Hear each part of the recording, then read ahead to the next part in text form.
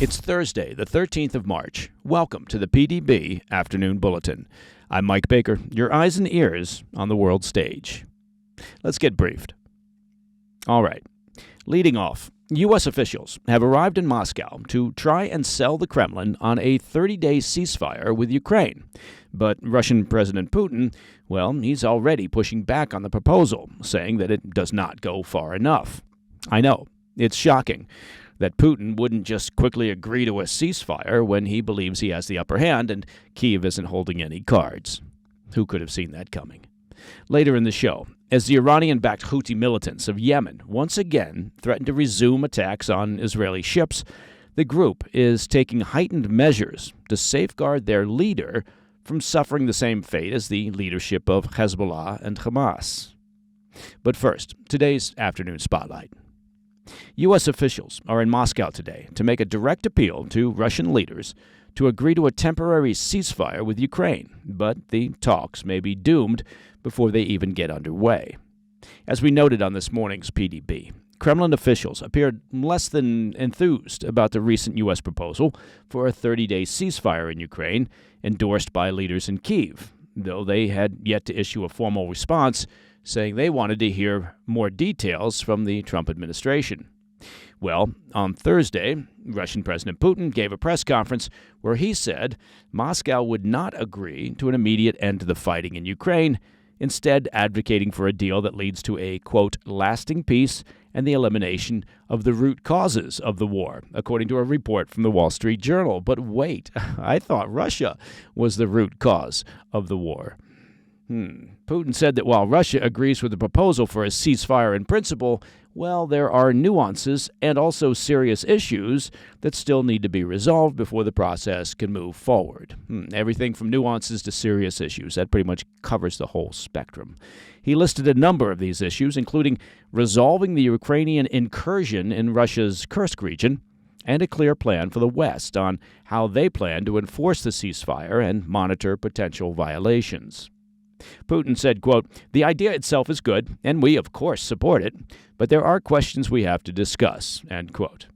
He suggested there would need to be additional negotiations to resolve these outstanding issues with the U.S. and U.S. allies, and hinted at holding a phone call with President Trump. Putin's response came as Trump's special envoy, Steve Witkoff, arrived in Moscow to meet with the Russian leader and other Kremlin officials to try to move the needle on the ceasefire, though by all accounts, he does have his work cut out for him.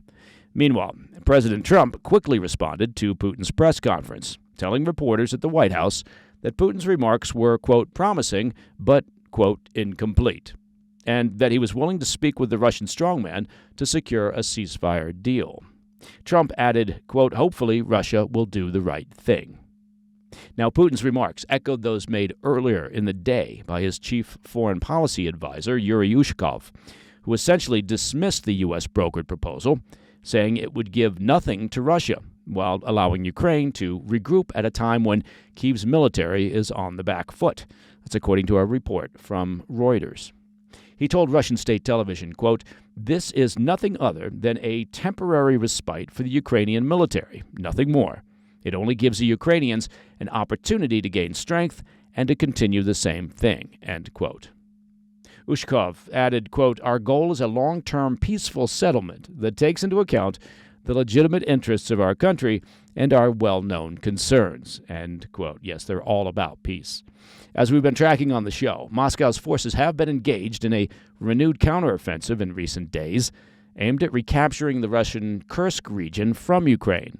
Ukrainian forces are losing ground fast, now controlling less than 60 square miles in Kursk, down from the roughly 500 square miles of territory that they held last year. Putin even visited the region on Wednesday, calling for the total expulsion of Ukrainian troops from the territory. On Thursday, Russia claimed to have recaptured Sudza, that's a key town in Kursk, and one of Ukraine's last strongholds in the region.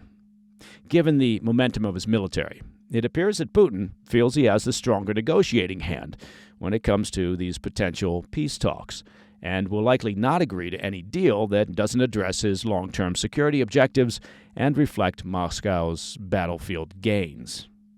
These include demands for Ukraine to renounce their pursuit of NATO membership and withdraw from 4 Russian-occupied regions in eastern Ukraine. Those are demands that leaders in Kyiv strongly oppose. While President Trump appears eager to continue engaging with the Kremlin, he indicated on Wednesday that he is prepared to exert financial pressure to force Moscow to the table if need be.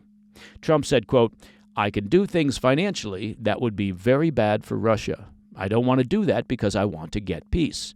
But in a financial sense, yes, we could do things that are very bad for Russia. It would be devastating for Russia," end quote. Now, it's unclear at this stage what sanctions the White House may be referring to and how they would be enforced. Over the past 3 years, Moscow has managed to avoid the worst effects of existing sanctions through the support and input from primarily China, Iran, and North Korea. Okay, coming up next, the Iranian-backed Houthi militants of Yemen are once again threatening to resume attacks on Israeli ships operating in regional waters. I'll have those details when we come back.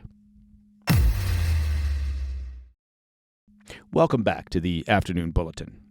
A source with Yemen's Houthi rebels say the terror group is taking extreme measures to safeguard its leader, as he and his Iran-backed organization renewed threats this week to target Israeli-linked ships in the Red Sea via missile and drone strikes. Last week, Houthi leader Abdul Malik al-Houthi had set a 4-day ultimatum, warning that naval operations against Israel would resume unless Jerusalem lifted its blockade on aid shipments into Gaza.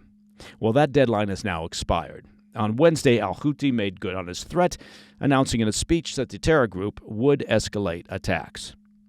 Israeli Prime Minister Netanyahu has been clear. Assistance to Gaza will remain restricted unless Hamas agrees to extend the current ceasefire terms under conditions favorable to a lasting peace.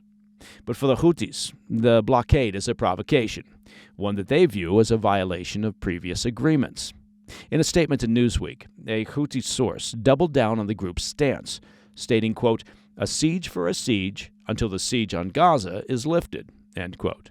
However, the Houthis in the past held a loose definition of what constitutes an Israeli ship, suggesting that other vessels could be targeted as well. The threat of Israeli retaliation does loom large. Netanyahu's government has already issued warnings, with Israeli Energy Minister Eli Cohen previously suggesting al-Houthi could suffer the same fate as the Iran-backed Hamas and Hezbollah leaders who have been assassinated.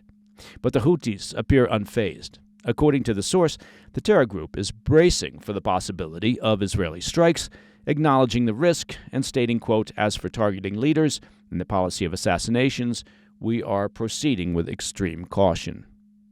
Yet the source added that simultaneously, the terror group is prepared to make sacrifices and not turn away. Since Hamas launched its terror attacks on Israel back on 7 October 2023, the Houthis entrenched themselves within Iran's axis of resistance. Since 7 October, they've carried out more than 100 attacks on commercial and military vessels in the Red Sea and Suez Canal, one of the world's most vital maritime corridors. Houthi strikes have rattled global trade, of course, driven up shipping costs, and disrupted supply chains, with implications far beyond the Middle East. Unlike Hamas and Hezbollah, which suffered heavy senior leadership losses under Israeli bombardment, the Houthis have largely weathered American and Israeli airstrikes, and this resilience, well, has only heightened U.S. concerns.